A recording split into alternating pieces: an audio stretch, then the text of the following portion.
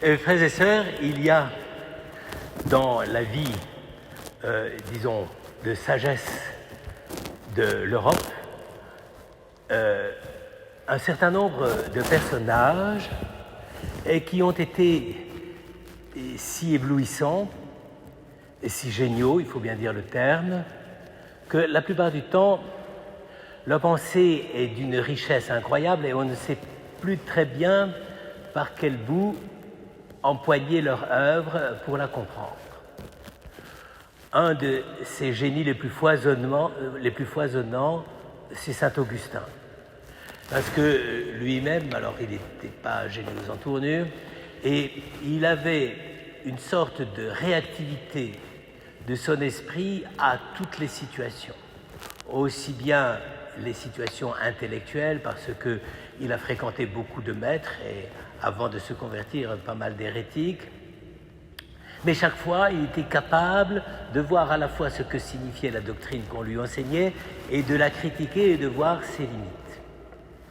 Mais en même temps, il a connu un peu pratiquement tout le savoir de l'Antiquité, même s'il n'a pas eu toujours accès directement au texte. Il était très très malheureux de ne pas savoir le grec. Bon, il ne pouvait rien, je pense que son père Patricius n'avait pas tellement envie qu'il apprenne le grec. Enfin, ça c'était sans doute une tare dans le système éducatif de la famille. Mais malgré tout, il connaissait pratiquement la plupart des grands auteurs grecs qui avaient été traduits en texte latin. Et puis, surtout, il avait une curiosité à la fois d'abord de rhéteur, c'est-à-dire comment parler, comment s'exprimer. C'est-à-dire que chez Augustin, l'expérience de la parole est fondamentale. C'est quelqu'un qui prend toujours au maximum de sérieux la parole, soit celle par laquelle on enseigne, soit celle par laquelle on est enseigné. Et donc chez lui, véritablement, toute sa conception de la vie humaine d'abord, c'est cette conception de l'échange. Où est le cœur même de la vie des communautés, des hommes, les cités, les groupes, les associations, ça, c'est la parole. Et donc, évidemment, ça l'incite, ses premiers traités sont des traités sur les syllabes, les voyelles, les choses comme ça sur l'alphabet, n'est-ce pas? Et c'est pas un hasard, c'est parce que pour lui, c'est qu'est-ce que signifie le langage et qu'est-ce qu'il peut signifier. Et donc, il faut absolument aller jusqu'au bout de toute cette réalité qu'est le langage pour peut-être arriver à percer à travers le langage le mystère de la réalité à laquelle on est confronté. Donc, vous voyez, un esprit d'une curiosité encyclopédique extraordinaire et qui a évidemment formé toute la pensée théologique du Moyen-Âge. Tous les grands médiévaux se sont intéressés à saint Augustin, à sa pensée, etc. Mais alors, avec ça, en même temps, une sorte de sentiment de limite. Il avait beau essayer, plus il en avalait, plus il était curieux, plus il cherchait. Et il a fallu, à un moment donné, qu'il se pose la question, mais pourquoi je cherche? Qu'est-ce qui fait que je cherche? Et c'est ça qui fait un peu le génie d'Augustin, c'est qu'il avait une telle capacité de retour sur sa propre vie, d'analyse sur ce qui lui arrivait, et entre autres choses parce qu'il avait d'excellents amis qui avaient les mêmes préoccupations que lui, n'est-ce pas, et qui le considéraient comme un meneur, n'est-ce pas? Eh bien, saint Augustin a commencé à se dire, mais d'où ça vient cette parole? Qu'est-ce qui motive la parole? D'où peut venir que la parole nous enseigne, nous parle, etc. Et c'est là que, petit à petit, il a franchi des étapes absolument décisives, car à travers la prédication d'un certain nombre d'auteurs chrétiens, notamment saint Ambroise, qui était évêque de Milan à l'époque, un évêque un peu improvisé, parce qu'auparavant il avait fait des études pour être préfet de police à Milan, ce qui n'est pas nécessairement la meilleure préparation à la théologie, n'est-ce pas? Mais enfin bon, c'était comme ça. Et donc, Augustin a été absolument bouleversé par cet enseignement de saint Ambroise, et tout à coup, il a compris, et ça, c'est évidemment, c'est la grande intuition augustinienne, c'est que nous parlons entre nous et nous accédons à la réalité par les signes et par les mots, parce que Dieu lui-même nous a parlé par des signes et des mots, pas simplement des mots qu'on écrit ou qu'on efface ou qu'on prononce, mais par des paroles qui sont des événements, des manières de nous inspirer, des sentiments, des expériences de notre vie intime, etc. Et là, ça a été effectivement le feu d'artifice. C'est-à-dire qu'à partir du moment où il a compris que la vraie grandeur de l'homme, c'était de pouvoir être ouvert par la parole au mystère des êtres, tout à coup, il a compris que la révélation chrétienne, c'était que Dieu jouait le même jeu.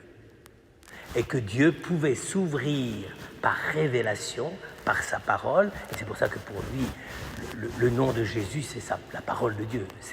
Il n'y a pas d'hésitation là-dessus. C'est Dieu qui se fait parole pour nous ouvrir au mystère des choses, au mystère de notre propre vie et au mystère de son existence. Autrement dit, personnellement, je crois qu'effectivement, le génie de saint Augustin, il est là. Là où peut-être auparavant, avec les platoniciens, avec un certain nombre de philosophes, etc., il avait quand même perçu qu'il y avait bien un Dieu, mais c'était un absolu. Et un absolu, par définition, c'est complètement renfermé sur soi-même, c'est complètement dans une sorte de plénitude inaccessible, et c'est-à-dire on ne sait pas quoi en faire. C'est d'ailleurs ce qui est arrivé au fil de la tradition métaphysique en Occident, c'est-à-dire que Dieu était tellement absolu, vous savez ce que veut dire absolu, ça veut dire détaché. Il était tellement détaché qu'il n'avait pas besoin de nous parler. Et donc on est devenu agnostique, en gros. Actuellement, c'est la grande maladie moderne. Il n'a plus besoin de nous parler, de toute façon on n'entend rien, on ne comprend rien. Et on ne peut pas utiliser cette parole. Elle est même déniée dans son fondement comme incapable de nous faire accéder à la réalité. Mais précisément, saint Augustin, c'est exactement l'inverse. Saint Augustin, c'est celui qui découvre que la réalité même de Dieu ne se découvre pas sans qu'en même temps il se révèle lui-même en nous parlant. Autrement dit, il n'y a pas de relation avec Dieu et qui ne soit en même temps la manière dont Dieu s'adresse à nous, les mots avec lesquels il s'adresse à nous, les gestes avec lesquels il s'adresse à nous, et finalement l'histoire par laquelle il s'adresse à nous. Il me semble que c'est une des plus grandes découvertes de la théologie en Occident. On pourra tourner le problème dans tous les sens. Peut-être qu'après, on aura des philosophes qui essaieront de tourner par tous les moyens le problème de Dieu, la preuve de Dieu, ça.